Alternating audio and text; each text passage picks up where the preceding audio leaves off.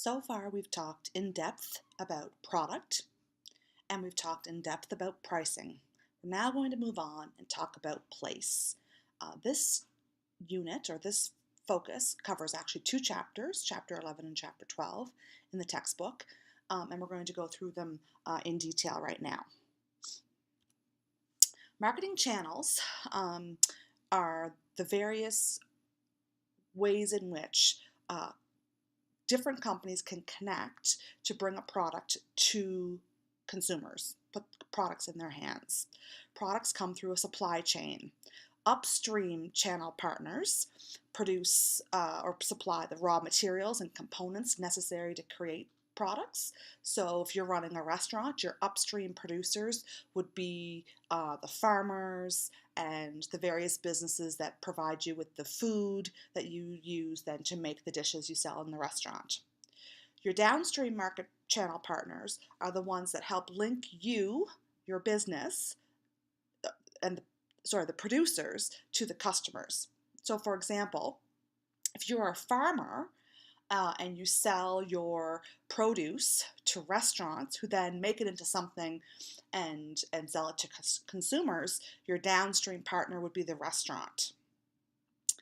Each one of the partners in the supply chain has to provide value. If the partner in the supply chain does not provide value or add value to either the producer, the original company, or the consumer, then it makes no sense whatsoever to have that partner in the supply chain or as part of the marketing channels that are used in your business model. So what is a marketing channel? Interdependent firms that make a product available to businesses and consumers. These are different businesses that work together to ultimately provide value to a customer. Channel decisions, the businesses you decide to partner with have effect on other marketing decisions that you might make. And channel decisions, the people you decide to partner with as part of your business plan, can ultimately lead to a competitive advantage for your business. This is just a quick chart to show you what happens if we don't use intermediaries or channel partners in the distribution of products from the producer to the end consumer. Imagine for a minute you needed to get groceries for your household, but instead of being able to go to a grocery store like Sobeys or Superstore, instead you had to go to the actual producer of all the different products that you buy when you go to the grocery store. So if you want a dozen eggs, instead of going to the grocery store, you have to go to the egg farmer. And then when you want to buy a liter of milk, you don't go to the grocery store, you go to the dairy farmer. And when you want to buy a bag of potatoes, you don't go to the grocery store, you go to the potato farmer. So imagine, if you would, that you had to do that for every single item that you purchased on a weekly basis at the grocery store. That would mean that you as a consumer would probably have to engage in business transactions with dozens and dozens of different producers or manufacturers. Instead, the easier way to do it is that the manufacturers or producers of all these products sell their products to a distributor, in this case, the grocery store, and then you as the customer go to the grocery store and pick up what you need whenever you are in need of buying groceries. And it makes it much more easy for both the producer or manufacturer. They only have to sell to the distributor or the partner, the channel partner, the distributor, and consumers find it easier because they only have to stop at one store to buy all the goods that they need. So this is why it's important to figure out the best balance or the best makeup of channel members to best satisfy your customers' needs. This is an incredibly important slide. This makes a great exam question. I said to you a few minutes ago that you only add channel members or channel partners to your business model if they provide value to you, the business, your business, or the consumer. And here are just some of the ways that channel members may be able to provide value to your customers. They can provide financing. So one of the things that car dealerships and furniture stores and other kinds of retailers that sell big ticket items. Many times they offer financing options. So that helps the furniture sales people, the furniture manufacturing companies. It helps them by enabling your consumers to access finances or credit to purchase those products. So these furniture stores that provide financing options are providing a value both to the consumer because they're able to finance the purchase of this new sofa or bedroom set or whatever it is you're looking to purchase, but it also provides value to the producer of these types of furniture because it enables those products to be sold to consumers. Channel members also provide value through promotion. Every week at my house, I get flyers from Sobeys and Superstore and a host of other retailers, and in those flyers are promotional advertisements for various brands. It could be Kellogg's breakfast cereal, it could be Campbell's soup, it could be ADL milk, it could be Lay's potato chips, it could be Coca-Cola. These flyers aren't produced by any of those product producers. They're actually those flyers are made by the retailer. So one of the ways that channel member, the retailer, is providing value is by helping promote these products through their flyers to the consumers. Channel members can also provide value by being a source of information. So when I go into a Best Buy, for example, I can ask the salespeople at Best Buy about the various products that are there. They can offer me information and advice and guidance to help me make a purchase. So they do that on behalf of the manufacturers of all the various electronics that they sell at Best Buy. Some channel members provide after-sale support. If you have a problem with the purchase, you can go back to the retailer and get support from them instead of having to go to the actual manufacturer of the product. So if I have a problem with a cell phone that I purchased at Best Buy, I can take that phone back to Best Buy. Now they may not be able to provide all of the support I need. They may have to send my phone off to the manufacturer, but they can offer at least some level of support if I need it after I make the purchase. Channel members help provide value through physical distribution. They actually deliver products to your house. So if you buy new furniture or have something delivered, they also provide physical distribution in terms of centralizing the locations where you can make purchases, right? I told you the grocery store example a slide or two ago, where all the producers of food products sell their products to the retail stores, the grocery stores, and they ship them there, and the grocery stores organizes them in certain ways, and then we as consumers can find it very, very easy to get the products that we're looking for. Channel members also provide value by managing supply and demand, matching the supply of products with the demand of products.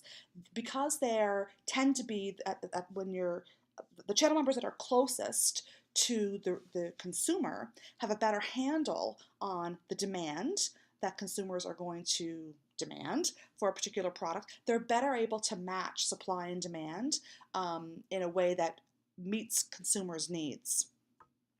Some channel members can add value through negotiation. So one type of channel member is actually a real estate agent. And one thing a real estate agent can do is help you negotiate the purchasing price for a house that you're going to buy. Channel members can provide value by acting as a point of contact for you. If you have a problem, if you need information, they can serve as that point of contact.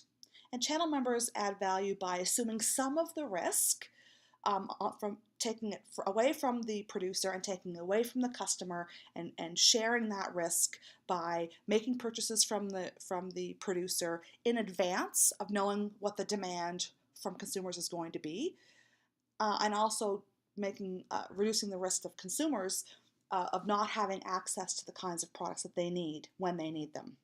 This is a really important exam question. There are several different types of intermediaries, and we're going to talk about two of them in much more detail in the next section. Wholesalers sell products to those buying for resale or business use. So they're intermediaries, but typically between two other business producers and consumers. So people who typically buy from wholesalers are other businesses, not necessarily end consumers, although that is changing a little bit. Costco, for example, is an example of a wholesaler who's actually transitioned into the retail sector as well. Retailers end up selling their products directly to consumers like me and you, and we're going to talk about wholesalers and retailers in just a few minutes. And then agents perform only a few functions but don't ultimately take title to any goods or services. They can be manufacturers, agents, advertising agencies, they can be real estate agents, those sorts of things. Other types of intermediaries, drop shippers and rack jobbers, intermediaries that don't take possession of the merchandise, but again, they provide very specific functions on behalf of another member of the channel of distribution. So they do things and take on some of the roles and responsibilities. A broker generally specializes in a particular type of product or a particular type of consumer. Again, they do not take ownership or title to any goods, and they too only provide a few of the various functions that we talked about earlier in terms of the way intermediaries can provide value. Organizations and management teams of businesses have to make important decisions about what kinds of channels of distribution they're going to engage in or use as part of their business strategy. Direct marketing channels really ultimately means that there is no intermediary. Producers sell their products directly into the hands of consumers. There's nobody in the middle. There's no intermediary in there. Consumers buy directly from the producer. There's no middleman, so to speak. Indirect channels of distribution involve intermediaries. It could be one or many organizations or channel partners that stand basically in between the producer and the consumer. The next slide shows you some examples of different types of marketing channels, both the direct channel, the producer directly to the consumer, and then producers selling to wholesalers who sell to retailers who sell to consumers. So there's all different kinds of combinations and permutations of different channel structures, and it's important to think about which kinds make the most sense for your particular business. Vertical marketing systems are channel structures in which the producers, wholesalers, and retailers act as a unified system. In many cases, one channel member actually owns all the others and has contracts with them or has so much power that they all cooperate seamlessly.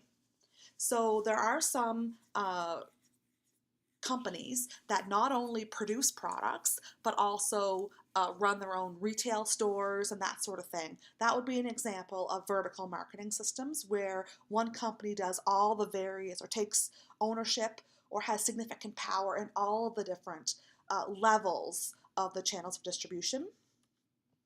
Horizontal marketing systems are more on an even playing field. Two or more companies at one level join together to form a new marketing opportunity. And we're going to show you an example of that in just a minute. Multi-channel marketing systems, a single firm sets up two or more marketing channels through which they can access customers. So in some cases, businesses, I'll use the Gap for an example. Gap stores have retail, bricks and mortar stores where they sell their products, but they also have an online clicks and mortar type business model where they sell products directly to consumers via the internet. That would be a multi-channel marketing distribution system. And then you have disintermediation. These are products and service producers that do things radically different from all other businesses in their product category and are basically redefining the way marketing channels work in their particular sector. Netflix is a great example. Some of you might even be too young to remember that if you wanted to watch a movie 10, 15 years ago, you had to go to a rental store, browse through the shelves, and pick out the movie you wanted and return it in a day or 2 days or 3 days, depending on the rental agreement. Since that time, we've seen a major shift in the way consumers watch movies or consume entertainment, and Netflix is the driving force behind that. They're shifting entirely how the channels of distribution work for entertainment products, and so they're redefining the way that business works. So here's the example of the horizontal marketing system. Many gas stations now include a convenience store or a Tim Hortons or a Wendy's, and all of these little businesses work together to form a horizontal marketing system, and they all benefit from each other and share resources. They share a building, and they work collaboratively to provide goods and services to their customers. Sometimes, though, channel members, partners in the channels of distribution don't get along, or they have conflict. Horizontal conflict happens when two businesses that are at the same level have disagreements. So this could be an Irving gas station that has a Tim Hortons in it. The Irving and the Tim Hortons have some sort of a conflict. They don't agree on something. So that's horizontal conflict. Vertical conflict is when companies or organizations, businesses at different levels of the channel of distribution have disagreements. So it could be a wholesaler that disagrees or has a conflict with a retailer that they sell with. So those are different kinds of channel conflicts that we may want to think about. Changing the channel organization. So there are some super innovative businesses that are totally changing the way businesses operate and have operated for years. Netflix is the example I gave you a few minutes ago. Uber, the whole travel industry has changed dramatically, and primarily through the changes in the channels of distribution. And we're going to continue to see major changes as businesses that have traditionally focused on bricks and mortar and traditional channels of distribution are now shifting gears and looking for ways that technology can make their products more readily available to their consumers. There's some distribution strategies or channel strategies that you may want to think about. An intensive strategy means that your product you want to make sure your product is available in as many locations as possible. Coca-Cola would be an example of a company that uses an intensive distribution or channel strategy. Coca-Cola sells their products in a wide array of different types of businesses. They sell in grocery stores, convenience stores, gas stations, restaurants, sporting events, locations, vending machines.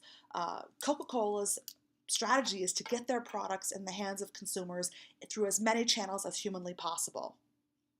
Other businesses choose a more selective distribution strategy. Apple would be a good example. You can buy Apple products from a number of different retailers, but you can't buy them everywhere. You can't buy Apple products at the dollar store. You can't buy Apple products at every different type of retailer or at the grocery store. Apple is very selective about who they allow to sell Apple products to consumers. And then the last type of distribution strategy or channel strategy is exclusive, meaning you only allow one or maybe a few stores or retailers to sell your product. If you are Louis Vuitton, the famous luxury designer, you're not allowing a wide assortment of retailers to sell your products. You're very, very exclusive about where and how you allow your products to be sold to consumers. Some decisions that you may want to think about, or things you may want to think about when you're making channel design decisions. What does your customer need? And really, if you look back at the way channel decisions have been radically changing over the past decade or so, it's really being driven by the younger generation who are demanding that businesses do things differently because they're looking for different ways to interact with companies. So figure out what your customers need and design marketing channels to satisfy those particular needs. You need to think about what your overall organizational objectives are and what your channel objectives are. What do you want to achieve through the use of various channels of distribution or channel partners? What are the objectives? What are you trying to do? Are you trying to improve customer service? Are you trying to improve accessibility? Are you trying to improve overall exposure? What are you trying to do when you're deciding on what channels of distribution you're going to engage in? And you're going to have to also think about what responsibilities each of the channel members is going to take on. I gave you a list a few slides ago about the various ways channel members can provide value, but that doesn't mean that every channel member has to provide every one of those different types of value. So you need to figure out what responsibilities each of the channel members are going to take on, who's the best person or the best business to take on those responsibilities. Some other things that you want to think about, especially when it comes to international distribution channels, there may be some differences in different markets that you may want to take into consideration when making your channel decisions. When Coca-Cola first entered the Chinese market in about the 1970s, what they decided to do when entering that market was to replicate the channels of distribution that they used in North America in the Chinese market. And what they found out very, very quickly was the channels of distribution that they used in North America did not work in the Chinese marketplace. And Coca-Cola experienced an abysmal failure in the 1970s when they tried to launch that product in that particular country. What they did was, a couple of decades later, they went back in and they totally redesigned their distribution channels based on the practice of distributing products in China, and they experienced much more success.